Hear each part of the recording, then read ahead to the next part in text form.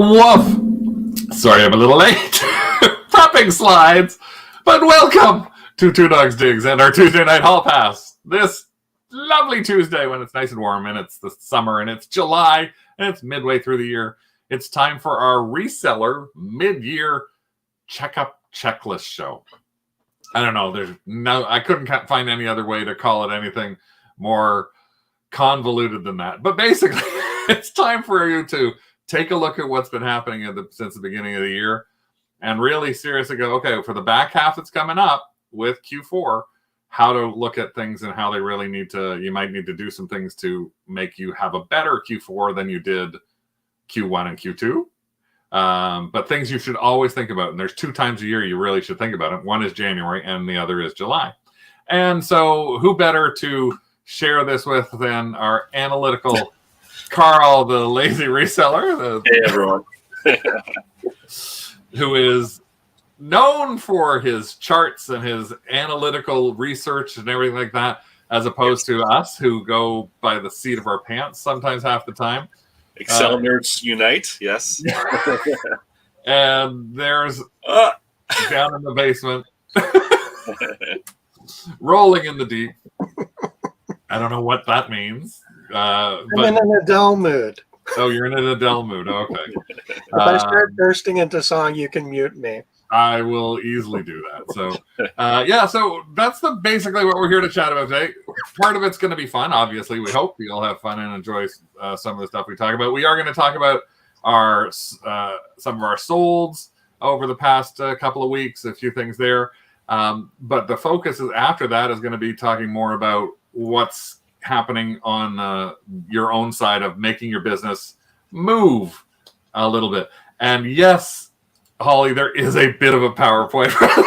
And there are some charts in here for sure for what we're going to do. A big hello to everybody who's here. Hey, Janet, thanks for joining us. And Lisa. And hey, Dax out from BC. Angelique, who will stop procrastinating tomorrow. Sure, if you will. Let's see. If you do that, then you should change your name, which means the next time you'll be a new name. But if you don't, you'll still be procrastinating. Hey, Joel. Hi, Gail. Haven't seen you on here for a while. Ms. Heather and Bob in the background, I'm sure, as well. Linda, how you doing? Thanks for popping in. And Holly's there. Elisa, Mr. Greg, and Kathy. Nick Back Twin. That's everybody. Back from is that I'm always confusing which twin it is. You know I always do that. Aaron or Andrew. Is it Aaron? He'll tell us in a minute. Doug is at the front door. Just sitting at the front door. No, he's down here. Oh, is he? Chewing on something. So he's already eaten a handful of treats. Oh, okay. Nope, I will take Andrew. It's Andrew. It's just escape. It's one of those things that escapes me constantly. Hey, David, thanks for joining us here. So we thought we'd start out the show because it's always fun just to talk about what's been happening with us for the past week, our thrifting, our sales, and things like that. Rick and I did a little trip. We went north of Toronto, an hour north of Toronto, to a small group of towns which is known as Innisfil, Ontario, which is about an hour north. Last year we went on it. It was their Innisfil town-wide yard sale. And we were like, okay, I grabbed Rick. I made him get up at 6:30 in the morning. Because we had to get up there for like 8 o'clock because there was a post on this Facebook group that said, hey, and that the Legion, there's tables going to be set up at the Legion and 8 o'clock opening. I was like, okay, Rick, we'll hit the Legion. Well, first of all, I couldn't remember how long it took to even get up there. Yeah. It took a lot longer than I thought. I thought it was like a half-hour drive. It was closer to an hour and 15 minutes. It's like way up the highway and then way over to the side. And we get to the Legion. There are 2 tables with like 6 things on them. And it's crap. 6 ladies sitting there like this. They're just like, that happened to me. Early. Nobody showed. We didn't even get out of the car. Yeah, that happened to me too. So we got a Um, couple of stern looks as we were driving by. When yeah, we because turned it's around. like we did like the drive-by. Yeah. And it's like these people look at you like, get out of your car. Get out of your car. I always feel bad, but I always regret it when I don't. It's like, all I see is baby clothes. That's what I want to Yes. yell at them sometimes. And Yeah. but we did find a couple of other things that were interesting. I did do a little mini haul. I'll be putting that little 3-5 minute thing up later on tonight on our channel, so you can see our little mini haul.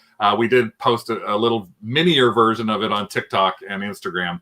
One of the things we found is, I don't know if you've ever heard of Douglas the talking Christmas tree. So they're like this talking Christmas tree that's like everybody seems to find. Well, I did not know this until this Saturday. They made a version to fit in your 7-foot tall tree. It's a pair of eyes and a mouth that sings. That's terrible. And this lady had one for $5. And I bought it thinking, okay, maybe it'll be like you have to do the voice. $20 or $30. You have to do the voice that you used for me. When I you did, yes, it also didn't go very fast because it. Hello, are you looking? This is mine. We had it, and my granddaughter used to love this. We used to tape things in it. She'd go by everything, go, hello, Heather, and she'd be so excited and think Santa's talking. I'm like, I just want to buy this thing, lady. How much is it? So $5. I get it home. I don't even think about checking it because for $5, and we haven't really bought it. It lists for between $200 and $250. It sells for $200 to $250. So yay! You're on a roll for sure. Yeah, and then we did a big miss.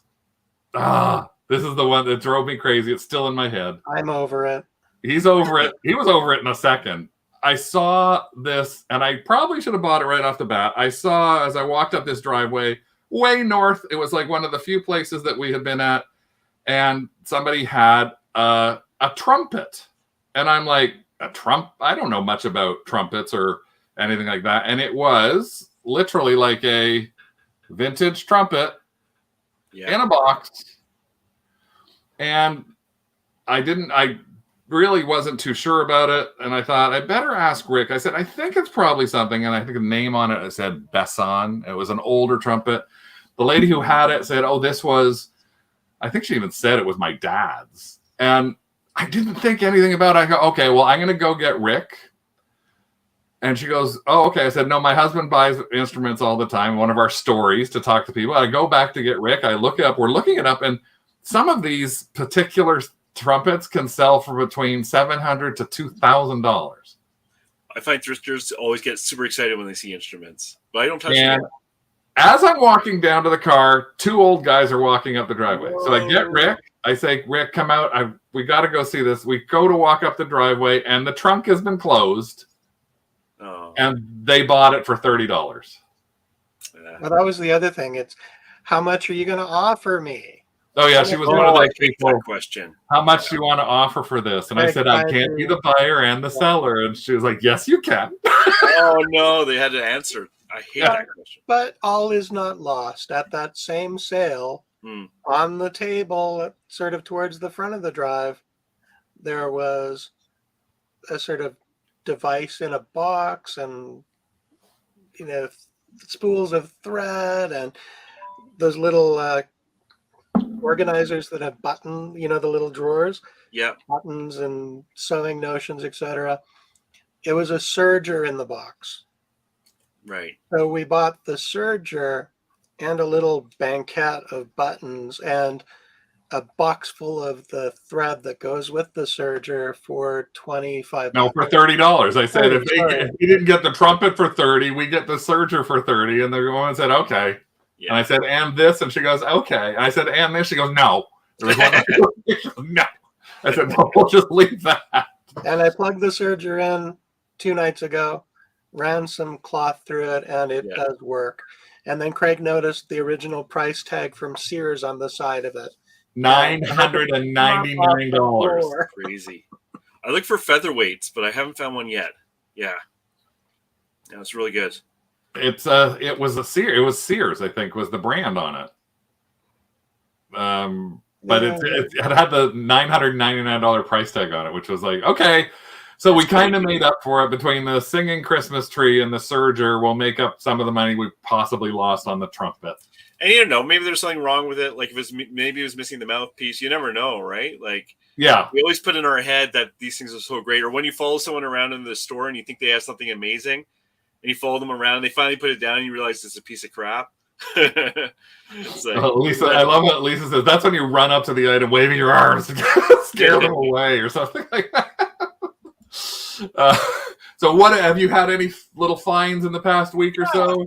Well, I found I found some Tommies last night. The little Pokemon Tommies. Yeah. So a bag full of those for I think $4 or $5. So those are always good. I found some Battle Beasts. Do you know those guys? Yeah. But instead of the square in the middle, there were circles, and I bought like 3 or 4 for $1.99. Each one is 40 to 50 American each. And I had never seen these before. So there's always new things to find out there. That's what I really like about this game. Yeah, and did you go to any garage sales though, or you're not a big There's garage? Nothing there. No, but I found this kind of cool thing. This is a Sputnik barometer from the 50s, and these go for over $100. Wow, that's really MCM. That's something I would buy. I got this for $5 at a live auction. Oh, so, it has a little spots on it, but Barkeeper's Friend helped cleaning up a lot. So anyways, I'll be finding some fun stuff. Well, if you're listing that, try and remember to put MCM in the title. Oh yeah, that's really good advice. Thank you. Because that's actually something that could potentially help it go really fast. Atomic, yeah. Speaking of things that have sold, let's take a look. I got a bunch of your sales here, Carl. So we'll go through some of yours over the past little while. This is I wouldn't even know if I would look this thing up. A Lightolier multi-set pro. Yeah. Okay. So it's not like I knew this stuff. So I picked these up a whole 7 or 8 boxes, and this is one of the case when you're at the store and you see the multiple of the same thing. And I looked one up, and I couldn't believe they sold for this much. So I picked them all up, and I think I sold 3 or 4, and I picked them up for like $4 each, like Canadian. So amazing returns on those. It's just. My point being with this, to show this one, is that you don't have to know anything about it. Don't assume something doesn't have value, because I assume dimmers wouldn't have value. And if there's multiples, it's great, because then it's worth more time to take the time to look it up. Yeah. And I assumed that it had no value, and I was completely wrong. So that's why I liked that one. This was a case of selling for someone else. And sometimes it's really good to talk to other thrifters, because sometimes they don't want to deal with stuff. And they gave this to me to sell, and I made even after giving them, their money, I made a really good profit off of this one. So that's why I showed that one. Oh, I just chinged. Toy squirrel. Yeah. I always enjoy these. These are like Monster in My Pocket, so I just want to show that. I think this one sold for like $70 or $60 or something. $65 in between. For that little tiny little rubber thing. Yeah. And this is why I really love the toy wall. And you see a bag of these, and it's like, oh my God, you've made like a good month or two. Yeah. Pixel Chicks. I always like finding these. There's a guilty little thing. I don't think it sold for a ton. It's just one of the things I enjoy finding, This sold for 32 American, I think. Yeah. So, and actually, what's surprising though, I will say, is it sold for 32 American, and it's really worn out. Yeah, worn out. Like you can see there on somebody's put numbers on there instead of what the images are, because behind there you can very faintly see there's an image of scissors. There's a happy face. So those are actually the things that help you figure out what you do. So this person ended up spending $32 on something that they have to be a Pixel Chick fan to know what's going to happen when you put those buttons, because otherwise you would never have a clue about something like that. And it's in my description, so I'm good. Yeah. This is the nerdy part of me. So the reason I showed this one, if you go to over a couple of pictures, is you'll often get these games with all these little tiny pieces. And if in my description I go, I did not count this, I can guarantee you there's missing pieces. And it's still sold for good money. I think I count 90 American. Oh, sorry, I haven't get there yet. I don't know why I set this up to all show up here, and they all moved somehow. But yeah. And my point with this being that you don't necessarily have, for things like this, you don't necessarily have to count everything. You just describe it. You say the truth, like, I didn't count this, and people will still buy it anyways. Yeah, a lot of the, like, that is like, I don't think that specific one is, but a lot of Avalon Hill games are like that. They're little, they call them bookshelf games. Yeah. And they come in these little sort of bookshelf kind of boxes, and they are filled with these things. And I'm the same. I am not going to count what could be, in some cases, they say there's like 1,200 to 1,400 things. It's like the German army attacking. And it's like, I can't spend that much time. Yeah, if your mom were still alive, you'd make her do it. Well, that's just it. When my mom was alive, she always wanted things to do. So we'd always give her stuff like that to count, and she'd sort them and count them as kind of like her puzzle thing. Until she cuts the arm tag off a boxed Barbie doll. She did that. She did do that once. At least she found the 1970s Light O'Lear light box to someone in France. So she actually knows the brand name for $700. Wow. Wow. And Andrew picked up an Avalon Hill from Valley Village. Not sure if it's complete yet. So there you go. Look at the main pieces, and then if there's a bunch of those little tiny things in there. Not every Avalon Hill has all the tiny pieces. Or value. Yeah. Sometimes it's the book and the map pieces. Yeah. Heather found a scarf in her drawer. And just sold it for $295. Is Bob hiding his stuff? Is Barb hiding scarves on you?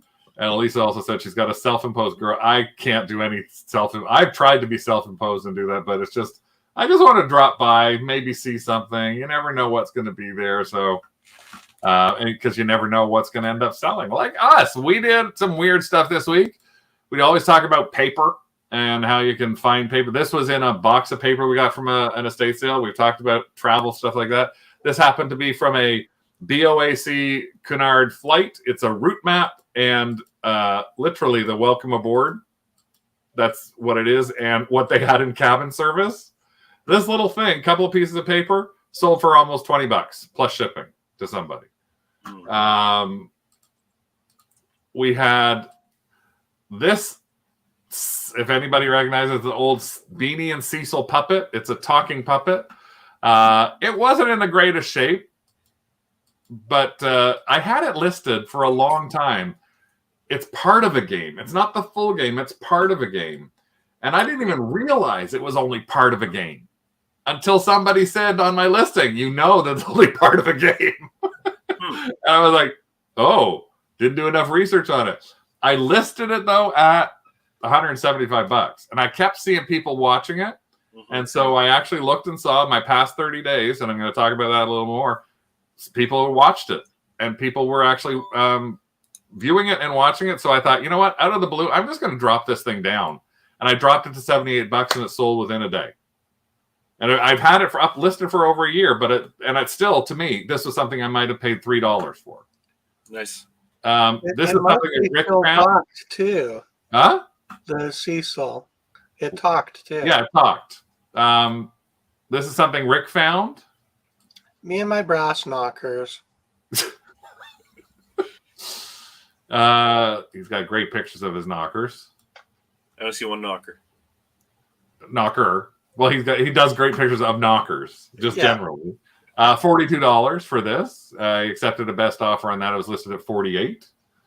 I paid 99 cents.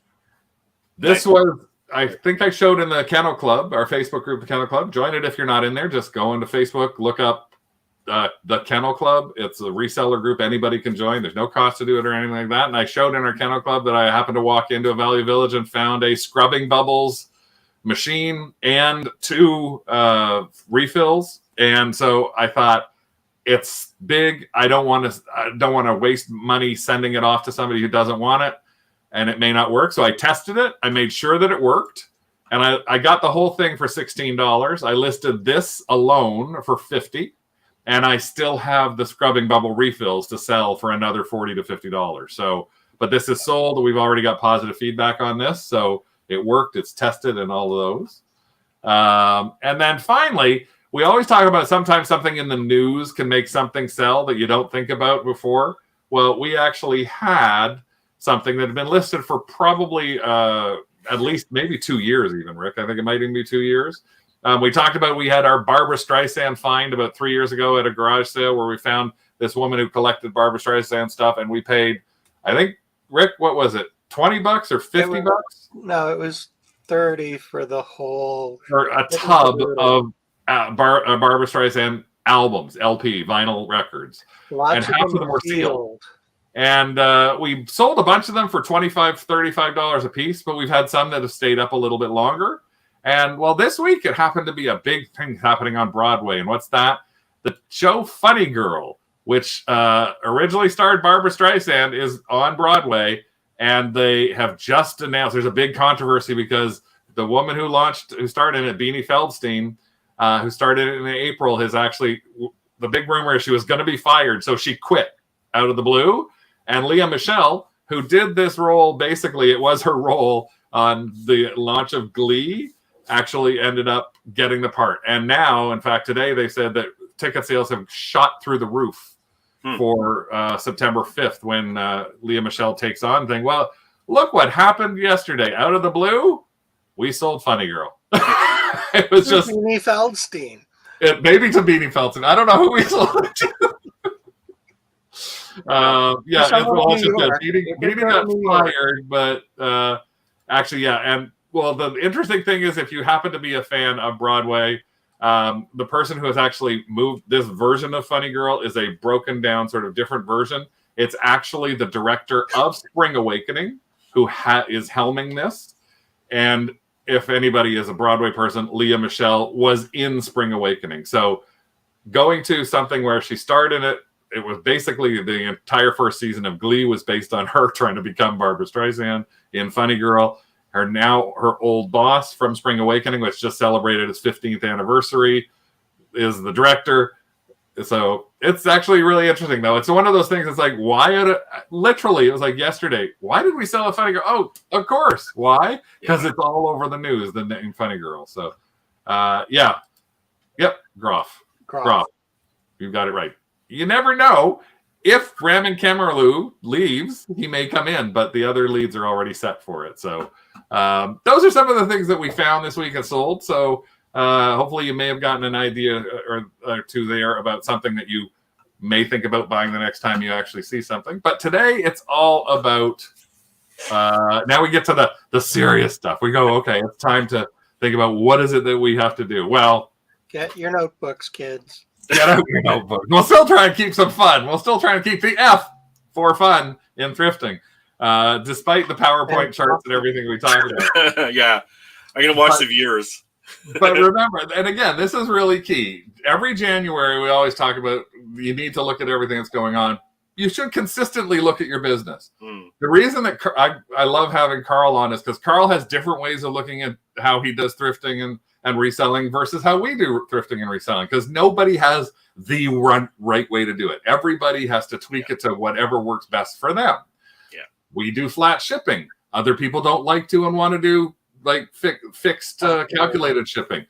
We don't do big charts with numbers on them. Carl loves doing detailed charts and everything like that. So I thought to give you an idea, we just look at the past 6 months and go, what's been happening? We know for us personally, and then a lot of people we've talked to either in our Facebook group, in the Boss Facebook group, which is a great Facebook group run by Teresa Cox and Katie and Vicky, or in TCR, the Complete Reseller group, which is the other Facebook group we're in. There's a lot of people talking about May and June have been really low. We saw that. We've seen that when we don't list, we don't sell. When we do list, we seem to sell. But a lot of this is kind of anecdotal on how we make these decisions and start thinking, I got to do stuff. But Carl, you do a different kind of way of looking at it, but you still do this. You do this on a regular basis, but it really is applicable when you get to this sort of midway through the year. Well, I kind of like for me, part of the reason I'm doing reselling is I actually kind of enjoy the entrepreneurial aspect of it. I'm off for a year for a sabbatical from my work, so I have to go back in 6 months. And I wanted to make sure that, while I'm off, I treat it like a business. And I think you can't know how you're doing if you don't keep track of how you've done. And you can't tell if there's a problem if you're just keeping track week by memory, because we kind of forget how, for example, maybe it was this year compared to last year or the year before.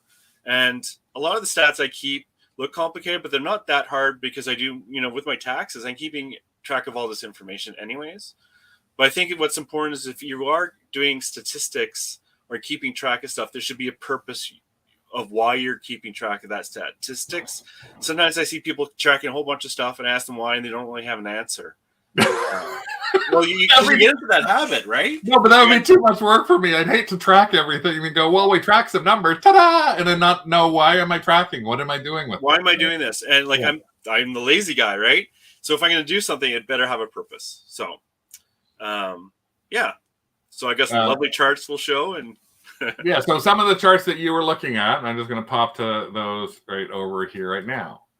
So this is basically my average selling price over 6 months, or 12 months, I should say. And the trend is going what I want because I'm a lot more interested in selling higher value objects. So that chart was good. So next one, I guess. This is my average net. So per transaction, my average net, that's going up in the right direction as well. So I'm happy about that. The next one, though, these are my payouts over the last 11 weeks, not months, but weeks. That is down a lot. It's going down in a bad way. I used to be getting average payouts of over $1,500 in the past. There's something wrong. And if I don't track this, I don't really know. So if you go to the next chart, we can just go them quickly if you want. Yeah.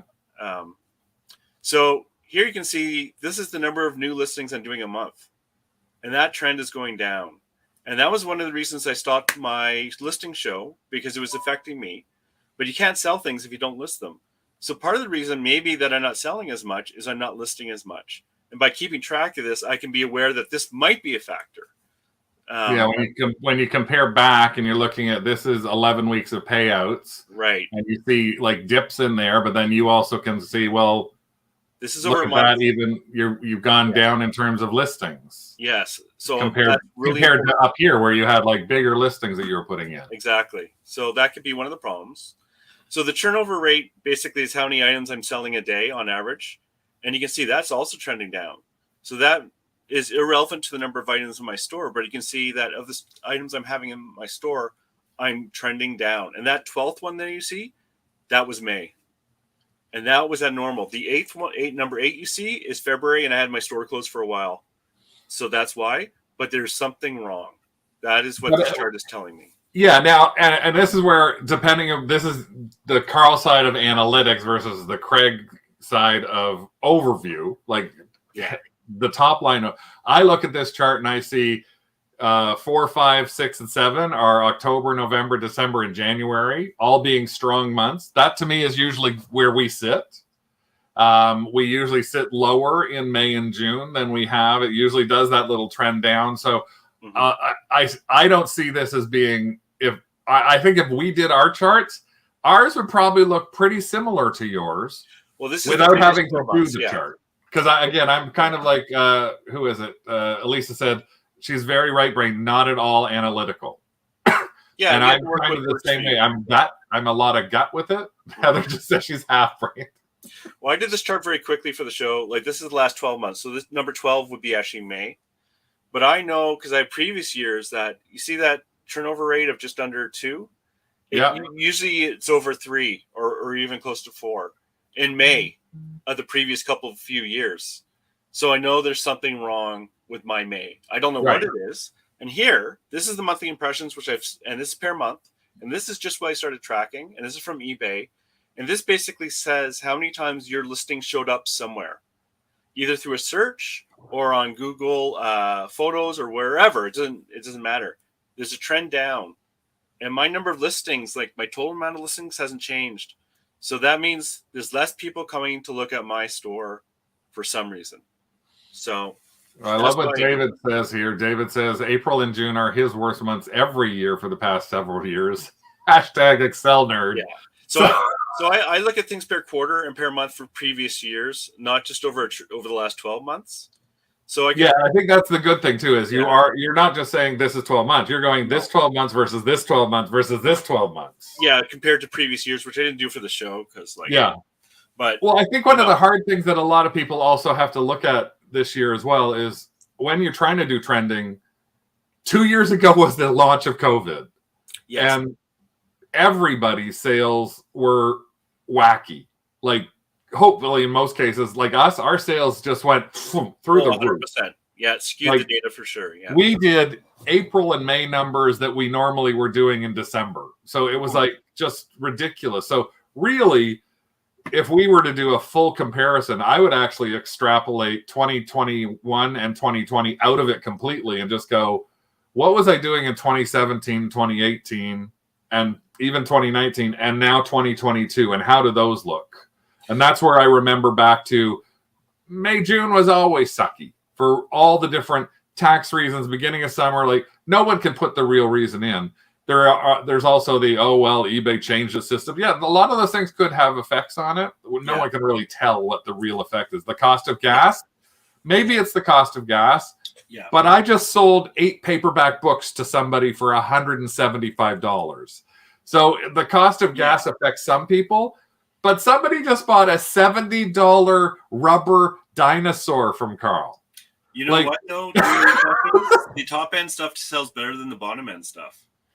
Because the people who can afford $70 for a little plastic dinosaur aren't going to be affected that much by this recession. The logic. Mm-hmm.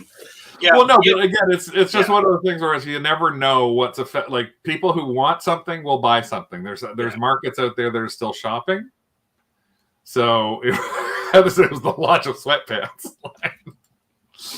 So what we've done is we've taken a look at that and said, well, we've come up with what we think are our top 10. If I can find them, and of course they showed up in a completely different order from where a top 10 list of some of the things that we think you should take a look at. I got Pop Riccotti's chewing it, so I'll pop it back off. So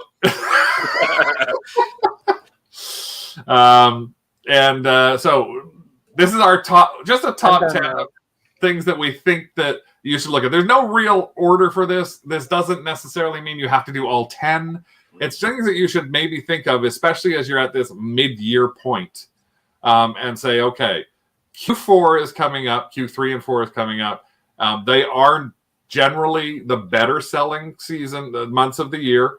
Once August comes around, you've got back to school, you have Halloween and Christmas, which are seasonal. You have gift giving, which is huge. You have a lot of launches of things. So there's a lot of stuff that can happen in the fall that makes those really strong months into January. So the first thing that we always talk about with people is the one we're going to be repeating over and over again, which is it may be time for you to redo your inventory. And by redoing your inventory, we just mean do a quick check on things. Maybe it doesn't mean that you're going to have to redo everything. We don't expect if you have 800 items that you're going to sit down tomorrow and start running through all 800 items. But maybe it's the sort of thing that you do every couple of days and you take one box a day and you think, okay, for that, today I'm going to take the one box and I'm just going to, there's 14 items in that. I'm going to inventory those things. And then, a week later, do another box. You don't have to do everything, but just check through that stuff and try and make sure that you've got stuff up to date, because the more you do this, the less you will end up looking for something that you cannot find. And then you've already sold and you either have to cancel it or do something else like that. That's actually the biggest one. Or actually, selling something that's not there. We've spent at times an hour or 2 hours looking for something that was $9 that we sold. And finally it's like, oh my God. And then we'll cancel the sale and then a month later we'll find it. So inventory is always an important thing to do. And when I'm talking about inventory, I think it actually leads us to the second point, which I have to do this, which is after you've done your inventory, maybe it's time for what Carl's calling a store purge. What do you mean by a store purge? So what I really hate is when something really low value sells and I make like $2 or $1 after I ship it. So occasionally what I'll do is get rid of the low value items. I think what else happens over time, if you have a lot of items, is your store starts filling up with crap. So you might have the same number of listings Yeah. But you have the same number of listings in your store, so you think, oh, I got 900, 1,000, I got lots of stuff. But the ratio of those really crappy items has increased because I find the upper end items tend to sell faster, right? And so if you're not careful, you think, oh, why aren't I netting more or getting more money out of my store? My listing numbers are great, but your ratio is off. So what I've just started doing is when you look at your listings, you can easily say, show me all my listings between $0 and $20, for example. And I can see the ratios of all the different values that I care about. And what I do is I try to shift that over time to be better average selling price, better items for what I'm selling. It depends on what you're selling, of course. And by keeping track of that, I can once in a while purge that garbage out of there, and there's a whole bunch of conspiracy theories too. Like if you're not selling a big percentage of your store, then they're going to show your stuff less and stuff. I'm not sure how much I believe in that stuff, but. And here's what Carl was talking about is if you go to on eBay specifically, if you go to your store and you just go into your active listings and you can put current price is equal to, greater, or less than. So you could say, I want to know everything that I'm selling in my store that's less than $20. So and out of my 829, 50% of my items are selling under $800. And do you want that? Now, it depends. If you're selling low, like postcards or what I might get into, well, that's going to skew that because that's not going to be bad. But right now, I'm trying to go towards some more. So I can see the ratio, and I can see if the last month I'm improving that ratio. Well, even look at this. As one of the things, we have a tendency to sell stuff that I basically have my price points, and I've got a price point of $14 and above. Mm-hmm. So we showed you under $20, we had almost 500 items. If I go to under $14, we only have 158. So I got a lot more money that's in the middle there. And it is stuff I want to keep because it's $19, $20, $15 stuff. Yeah, but even there, I could still look and see out of that, if I want to know how many items am I selling that are under $10, and is it worth me for selling 65 items under $10? Yeah, when you pay for shipping and you pay the fees on shipping on everything, maybe it's better just to get rid of those or maybe lot them up. And depending what they are, in my case, some of these are postcards. So that's fine. Yeah. Some of these are single, like weighed. This happens to be weighed miniatures, and they're selling for $9.98. But I really have tried this up for a long time. I should probably be actually pulling this out. This to me should be an ending that listing. It hasn't sold, and so it shouldn't be in there. That's one of the challenges now that they've gone to this view of only 30 days. Is what you can't tell I have to pull it out of inventory. No, it's easy to find. You go to, and if you do something like that, then all you have to do is you go to your ended, and on your ended items, it will be listed right there as to what you just pulled out. So it's all sitting here, all the ended things that I pulled out that I've ended because I don't want them there anymore. And there's the one I just did. But these are all ended that I've either purged them or something like that in the last little while. And it's things that I've gone, okay, well, I don't want to try and sell this. This one I lost. This one I've given up on for whatever reason. And that, again, that's the key is when you're looking at doing an inventory. Inventory is just saying, this is the stuff I have. Carl's point, which I think is very good, is this is the stuff I have that I probably don't need to have. Or I don't even want to sell. Or I don't want to sell. If, in our case, again, if it's tiny, if it's flat, I don't mind having 100 $9 postcards that I bought for 10 cents a piece. Or 50 pieces from the Main Street Parade. Or like taking pieces apart and selling them for $10 a piece when I bought the entire, and it's $200 worth of stuff, but I sell them for $10 a piece. So again, you want to sell a $15 teacup? Because I got rid of a bunch of those, right? Because I don't want to pack something for $15 plus shipping for a $15 teacup. It's just not worth my time. So right. Yeah. Part of the same thing is actually, if we look at this and we go, it's also time for you to check your 30-day views. That's what I was just saying. Even though you can't see everything from the past, there is something that you should be potentially looking at, and that is looking at the views that you've got as a 30-day. And I'll do it this way instead. I'll go here. And I do this on my phone like regularly, is I go to my eBay store, I open it on my phone so I didn't have it synced up tonight. I go to selling, and I just go straight into here to my selling tab, click on active in my selling tab, And down here, I can actually see every night. I can scroll through and I can go, oh, this had one view. This had one view. This had 8 views. And this has been up for an hour and had 8 views. But I can look through stuff like this, and there's a few things that make me look and go, well, maybe I should. These all have 0 views in the past 30 days. But I can also look at something else as I go through it and see stuff that, like this particular one. This Tom and Jerry action figure has had 35 views in the past 30 days and has 6 watchers on it. I've got it priced at $88. I paid $9 for it. I'm just going to either send an offer, but you know what I'm going to do right now? I'm going to take that. I'm going to revise that listing while I'm sitting there. And we've actually sold a number of items like that by just taking it because we have watchers. And I actually still have, you can make me an offer of up to $44 on it. I'm just going to take this right now and go, you know what? I'm going to take this down to $65. I'm not going to put it on sale or anything. I'm just going to change the price. I'm going to revise it. And now it's a $65 item, but I've seen a lot of people viewing it. So it's a way for me to think about what's live. That's the one way I'm using this 30-day thing and keeping in mind, see, there it is, 35 views, but $65. So I can look at anything like that. Here's another one, this Haunted Mansion Tombstone set. I've had it a long time. So it's a way for you to look at your inventory quickly and then say, how long have I had this? And I know I've had it a while, as opposed to being able to say, I know it's been listed for 2 years. So it's just a different way to maybe consider your inventory. That's one way to make lemonade out of that lemon that they gave you. Carl had a really good point, which is also to think about your average listed price. Right. And that goes back to average selling price. Same thing, right? Yeah, average selling price. Yeah, that's so per order. Like, you know, it's like, you know, Heather was saying, well, it depends on what you want to do. And it's like, of course, yeah, like for me, the way I want to take my stores, I want to have higher quality, higher value things because I'm lazy and I don't like shipping unless I'm going to make good money. Now, there are exceptions to that, right?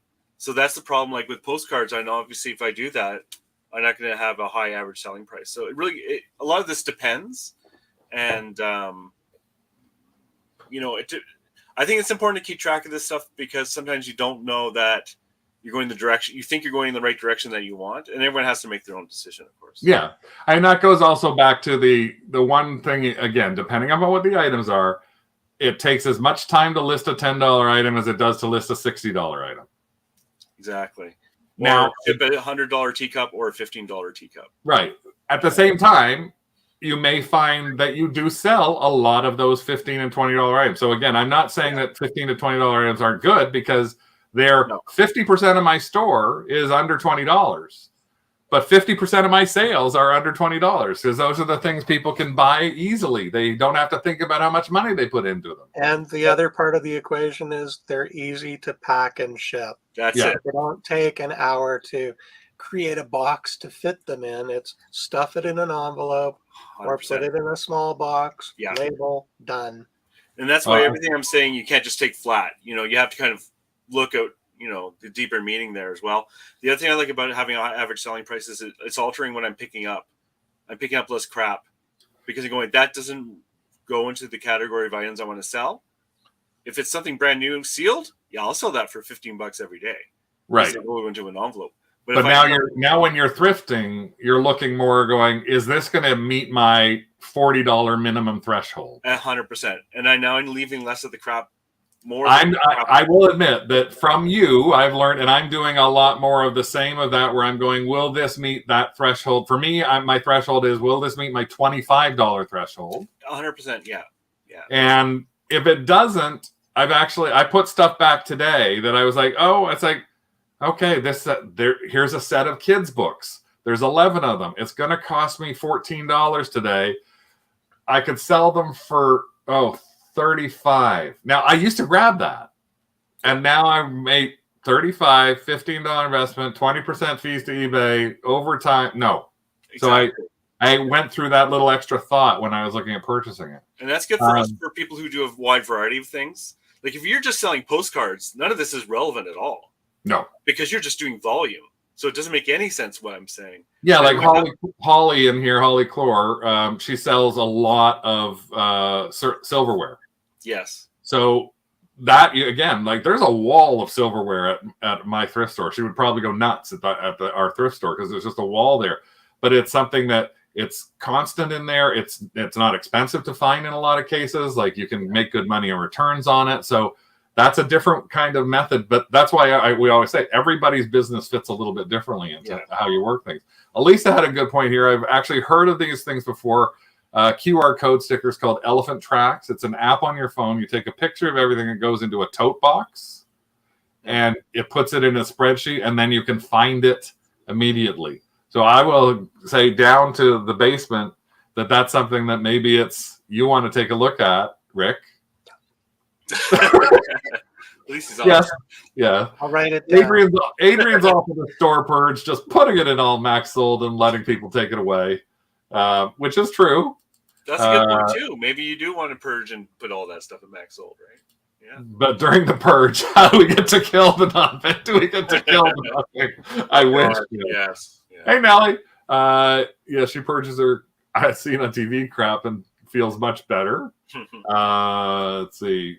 Cecile says, Carl is right. As a buyer, I only want to pay the shipping, and some things have to have that higher value. Especially in Canada. Yeah. Yes. Like when this little guy's like $15 to ship, you have to be a little careful, and it only sells for $5. It doesn't make sense, when you pay all the fees, right? Yeah. Heather's like the balance there because Bob does high price items and she lists the lesser price items. So yeah, whatever works. Yeah, 100%. Yeah, that's another thing, Heather. Some of these are older, but yeah, I could flip them into an auction when I'm looking at those 30-day numbers as well. It's just another way but it's a way to just, again, keep thinking and start, again, January and July are kind of the 2 times a year where it's like January is your New Year's resolutions. And if you can make a resolution yourself to think, okay, once a week, I'm going to just check my 30 days for half an hour while I'm watching the news or something like that. Once every month, I'm going to do something else. This is something that's more newer. It's just a reminder to everybody. It's July. Promoted listings is changing on eBay. And if you have the promoted listings effective pretty well, I think it might be immediately, and they were at 1%, you are no longer getting promoted listings because they moved from 1% to 2% in July. So if you have anything in your store that was a 1% promoted listings, it's not promoted any longer.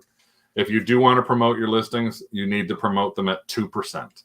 Again, we do promoted listings on some things, and maybe I'll try and remember to do a new sort of video on it. There should be one on Two Dogs Digs right now on how to use promoted listings and where all of the things end up coming into play. And remember, promoted listings can be good for you. Just cover it in the price of what you're putting up something. If it's going to cost you an extra buck, it might be worth paying the extra buck. Don't try and absorb it all. Just think about adding 50 cents to a sale. Might be a way for you to actually do it. Number 5, spelt wrong, but adjust your average selling price over time. And that leads back into what you're saying, Carl, about your listing prices, like trying to move that up, right?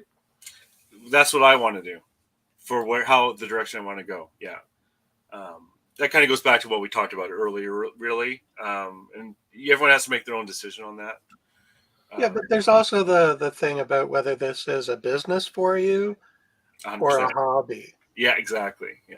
If you've got a hobbyist mentality and you just want to make a little bit extra and you're not overly concerned about using the money to pay for bills or if it's your mad money and you can get away with, making 20% on something versus 40%, it might not matter all that much to you.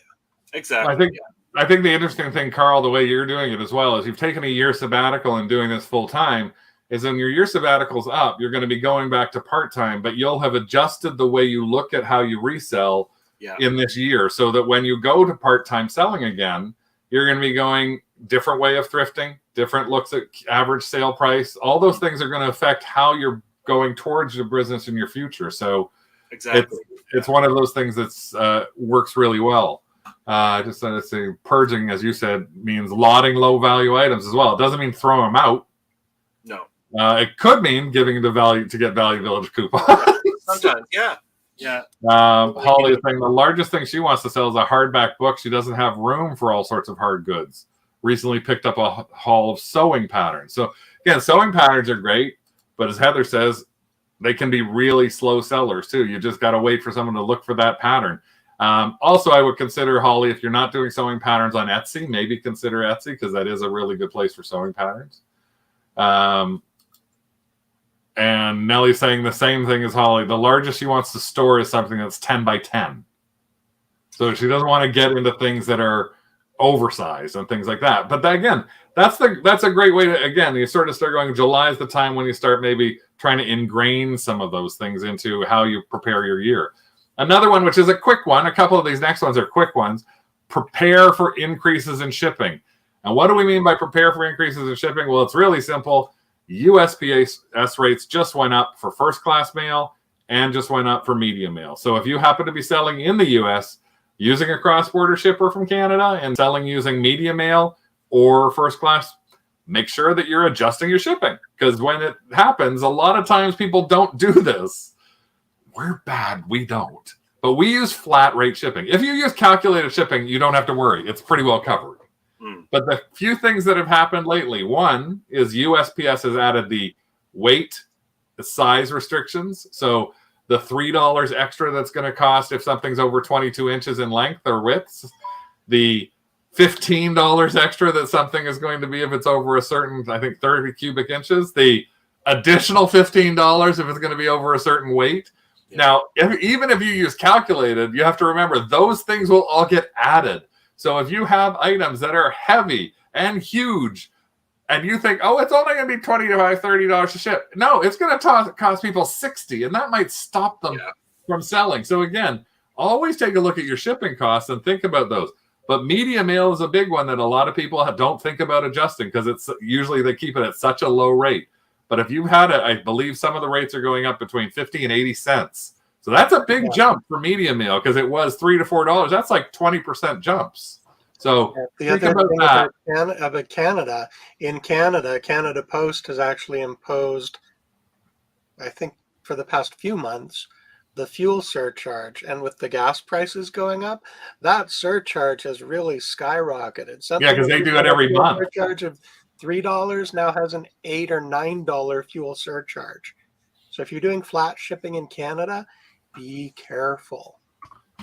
Yeah, that's the one flaw with that. It cost me $45 to send 4 books to New Brunswick this month. Yep. It would have been about $15 at most to US. It's the time of the year when you maybe think about what do you have to do? Do you adjust what you're doing? Do you adjust your platform? Like, is it time for you to think, well, you know what? I got to move over to Poshmark because the buyer pays a flat $13 whatever. I don't have to think about shipping of any kind. I can sell hard goods. I can sell collectibles. I could sell all sorts of things on there. Whether they sell as high, I don't know. There's a limited audience to Poshmark in Canada versus Etsy and eBay, because Etsy and eBay sell worldwide, but Poshmark is Canada only. Do you look at signing up for Poshmark US? Do you look at signing up for Depop? Do you try some other thing? Again, most of those have smaller groups. Facebook, local pickups. Those are ways where you should think, there's a lot of stuff going on. But one of the big things that Carl likes to look at is his payout trends. And I think that was that really tells you how you're doing. that was this one. And I think this is actually something that we probably should look a little better at. That trend line is not good. I know there's a problem.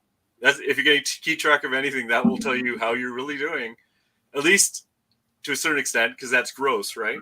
But it's better than nothing, right? Yeah. And it does give you a bit of kick in the pants when you have a month that is like, or when it is a month that down here, and you go, oh. Yeah. For us, again, anecdotally, we just look at it and go, all we got deposited last week was $284. Like, that's where I look at stuff versus having $1,000 plus a week being dropped into there. So, because that's normally what we are used to. On average, we are used to that. So yeah, payout trends. 2 more. 1 more. This is another one for Carl. This is what he's calling his sourcing effectiveness. Right.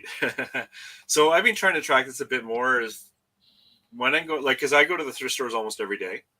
One part to see all my thrifting friends, who are, by the way, amazing people. But also when I'm going, and because my memory is crap, I can't remember yesterday, I can't remember 2 weeks ago, right? And sometimes you think you're going to certain locations and doing really well, you're not. So I'm trying to keep more track of that, because I might want to eliminate days that I've noticed there's a trend we're not finding a lot. Like Mondays might be a good example. And maybe I should be spending that on different aspects of my business. Or it can be really hard to find enough to do full time. So maybe I really have to start thinking about sourcing from different, better sources.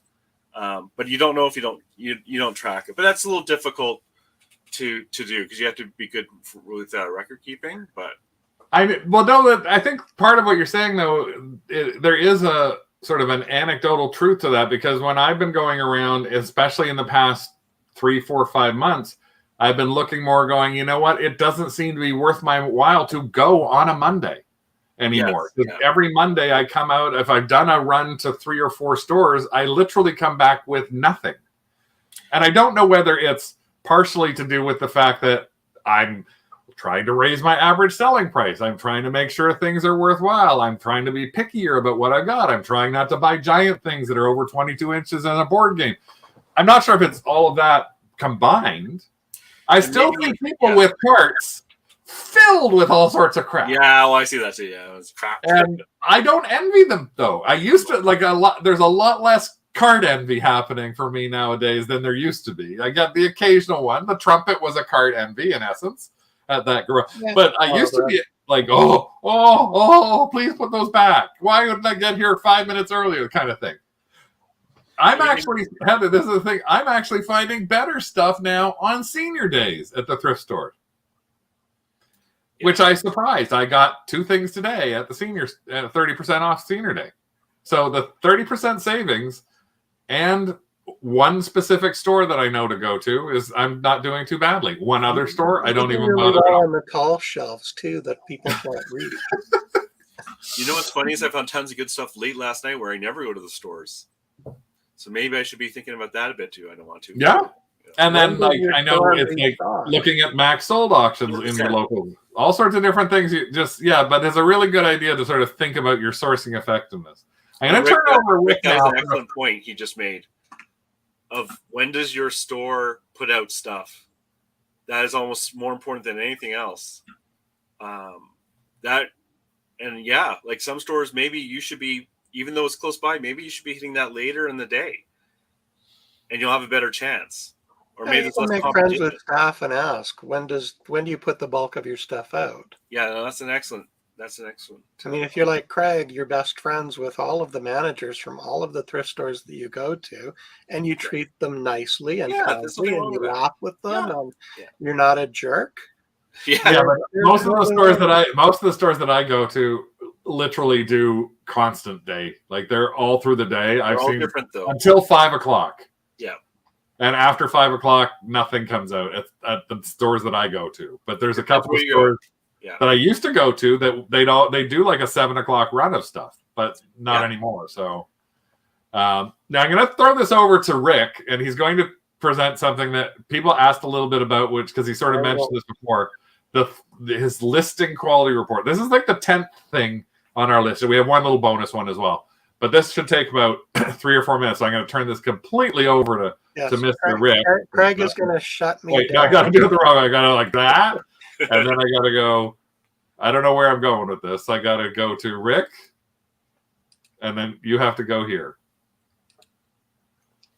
Here, let me, this way. Okay, so the thing I want to talk to everyone about is the listing qualities report. Basically, this is a report that is generated, I think it's once a week by eBay, and it basically allows you to see the quality of your listings as compared to other people who list in the same categories. So to find the report, if you log into eBay and go to your seller hub, if you look under performance, there is a link here to download the seller quality, listing quality report. I've done that and I've uploaded it to Google Sheets. I don't have Excel on my computer down here. Google Sheets is free to use if you've got a Google account. And basically, it gives you a summary of the listings or the 10 categories with the greatest number of live listings and recommendations eBay has in order for you to improve your rankings within those 10 categories. So for example, holiday seasonal ornaments, listing conditions new. It can tell you where you are located and what they suggest you can do in order to improve your sales or ranking within that category. So, Rick, just a note, Heather's saying it's very blurry and you can't really read a lot of the numbers that are on there. Okay, it's not really important to see the numbers. I don't think. I can zoom in a little bit. That's better. Okay. Well, no, I think one interesting thing there, you're just saying, like, in the listings and new condition, our sales rank by market value is 447 out of 83,000 different sellers. Yeah. So basically, that are listing in ornaments new. We're at 400 out of 83,000. I think that's pretty good. Yes. The other thing this report gives you is if your listings are rejected by Google Shopping, it will show up on this tab, Google Shopping Rejections, with the reason it was rejected. We're doing well. No opportunities to improve Google Shopping listings. Here's the Ornaments tab, and it will give you information. There are 83,658 sellers in the section. We're up 30 or 83 from the last time this report was generated. We're ranked 1491. It's saying that we should promote 33 of our listings and consider increasing our listing rate to 4%. Our quality meets the top benchmark, and we can add best offer to 43 of our listings, and that might improve sales. It does the same thing for the other 9 categories that we have the most listings in. So it's kind of interesting to know that we are ranked. Yeah, I mean, I think it's I find that interesting, and I actually find out some of the things that you're saying there on the go back to the one on ornaments, for example. Sorry, give me a second. Ornaments. So in there, if it says sales conversion, we're ranked 766. We're down a lot. Add best offer to 43 of your listings, and then if you go to the side there under edit and update listings, you can bulk edit 25 of the listings. So you can see there, I want to do this, and you can see these don't have promoted listings beside them. They don't have the promoted listings ad rate on them. They do have sales against them, or they don't have sales against them. So it's an interesting way for you to take a look at something and just, again, analyze what it is that you've got out there. And if you do this, I think, Rick, you said it's against your top 10 categories? Yes. eBay tells you in the summary page. It's a summary of the 10 categories with the greatest number of live listings. So if you list in 30 categories, you're going to see the top 10 categories that comprise the bulk of your live listings. So again, even for yourself, if you've never thought about doing this, try and do this once just to see where do you sit. Just to give your head a little bit of a shake on where are you. And again, like we know, for example, Becky Dick, who does jewelry, has actually done this, and under her jewelry thing, she's actually looking at trying to perform in the top 10. And I believe it's like in 7 of her 10 categories that show up, she's actually the number 1 person. Oh, wow. Yeah, based out on of thousands of people listing in the jewelry category. She's number 1.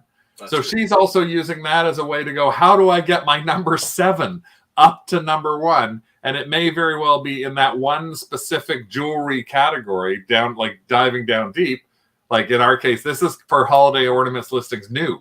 Holiday ornaments listings used is a different section. It's like a different count.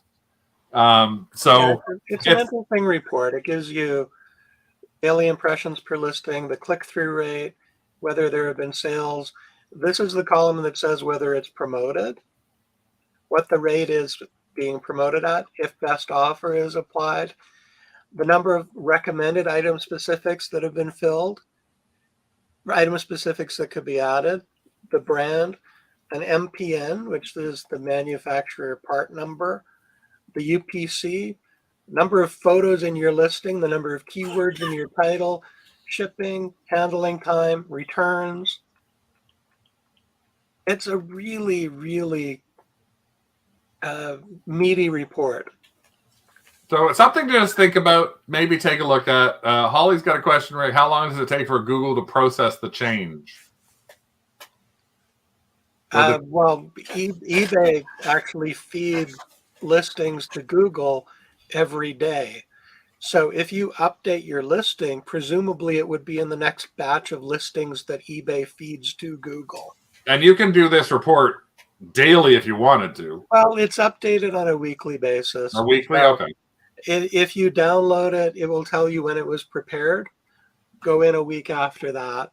It doesn't update every other day. It updates weekly from my experience. So one last thing, which is our 11th of our top 10 that I just wanted to mention. And this is something, again, mainly because this all really in a lot of cases has to do with things like inventory. And that is, everybody, I want you to consider adding in a bi-monthly end listings review. And what do I mean by that? Well, a lot of people don't look at the listings they've got when we're talking about inventory. They're going, oh, this is what's live. But all we want you to do is just keep an idea when you're looking at all of your live listings. I'll just use this as the example. This was all, if you remember, this was all the things that I had that are listed. This is all categories. And I believe we'll do, this is the unsold listing. So I popped over to that.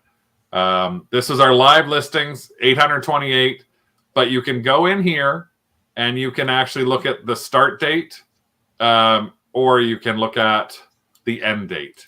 So if you sort by end date, you will actually see that these are ending tomorrow. And I haven't had any views or watches on it. And remember, if this is kind of a little bit too wide for you, you can move the end date up.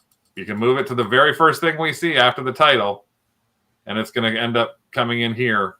There's the end date for us. So we can take a look at these things and go, well, wait a minute. I don't know if did it move it up or it's still moving it up? No, it didn't. End date. Up, beside current price. Save. There we go. So it redoes that page for you, and you can now take a look at, these are the things that are ending tomorrow. And I can take a look at them and I can see I've got no views. I've got no watchers. Do I want to keep this item up? And in this specific case, no, I don't. I'm going to actually end that listing. You can end a single listing if you want to, and then pull it out of your inventory and do whatever you want with it. Or you can actually end multiple listings. So these are all low dollar items, and I know I want to end that one, and I want to end that one. I haven't had the views. These have been up a long time. Why am I, if I've got a certain amount that I can run in without paying for them, you can leave them up, but why am I leaving up a bunch of these things that aren't really getting anybody viewing them or anybody taking a look at them? This is part of the purge that we were talking about with Carl. This is smaller dollar volume items, but I still don't need to have them in here. So it's like clear tape. Oh, you know what? I've got stuff for max sold. I can get rid of these things at, or I can bulk them together. So I've tried to sell these Jerry Lewis buttons for so long.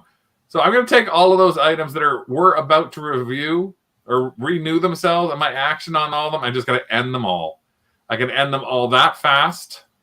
They're out of my way, and I don't have to think about it. If you have a certain amount of listings that you can run in a month, that's one way to make sure you're keeping like under 1,000 items or under 250 items or whatever your listing cap may be. Especially if you're newer and you've only got 10 to 100 items, it's like that's the thing you want to keep looking at to go, is anybody looking at this or not? So Adrian actually just did a check on his own. He just said he never knew about this. His action figure number is much lower. He's number 71 in Toy Soldiers. So, and he's number 3,000 out of 273,000 people listing action figures. So, yes, and that's just I just think that's an interesting thing for you as a seller to take a look at and go, my stuff is this sort of area. Whether there's lots of things that you have to action from it, but it just gives you an idea. So basically, that's what we're looking at when we're talking about all those things. This is your top 10 reminder once again, redo your inventory, consider a store purge, check your 30-day views, look at your average listed price, adjust those promoted listings, think about your average selling price over time for the fall, prepare for increases in shipping because they happen a couple of times a year. Think about your payouts and trending them and seeing where things go up and down so you can start going, well, wait a second, is this a bad month? If you do payout trends and you can see your payout trend for September is usually bad, is there a way you can combat that before September comes up? Do you need to list more? Do you need to put more expensive things in? Think about your sourcing effectiveness, your listings quality report, and finally, do some end listings. Now, Carl says he reviews them like on the 15th of every month, and I say, well, I just pick different days because every month, if I was doing it on the 15th, it would only be the 14th and the 15th stuff that's ending. I just sort of do them randomly. It's like I'll take one day a week. One day a week, I'll do the 30-day check. One day a week, I'll do as like Tuesday, then a Wednesday, then a Thursday, whenever it happens. So it's just ways for you to hopefully find better ways to sell a little bit more. It all comes down to listing and the price and people wanting what you got at the end of the day. 100%. Because how many items do you have listed right now, Carl? 930 or something like that. So between Carl and myself, we have almost 2,000 items listed. And we aren't selling 2,000 items a day and blanking our stores out. Neither is Walmart. Walmart shelves do not go empty after one day. It takes years and years for that stuff to empty out. So think about how you're looking at that. And hopefully you'll ramp yourself up into Q3 and Q4 with some more potential for sales. And that the gas prices will come down a little bit. Everybody's going to get a little bit more comfortable with where they are and then start being able to spend again. Again, you never know. I sold a $150 set of books today to somebody who has one feedback on eBay. Love for low value feedback. For 70. So remember, there's people who win money. Just they need to want exactly what you've got. Carl, thank you again for popping in. Thanks to everybody here for joining us here for our Tuesday Hall Pass. Next week, we promise we won't be so analytical. A little more fun next week. I'm not exactly sure the topic or not, but Carl might be back. We have to figure out what we're talking about first.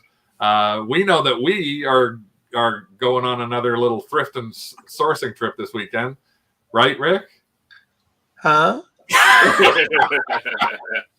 So you never know. Maybe it'll be a look at the stuff that we found. Who knows what we'll do? And we'll try and do one of our little mini teaching you a lesson about something. We talked about maybe doing mugs, but we'll have to figure out if that's Thanks for everybody for showing up. We really appreciate when you're watching us here. Tell your friends about it. And we will see you soon again here at Two Dogs Digs in the Hall Pass. Woof. Bye, everyone.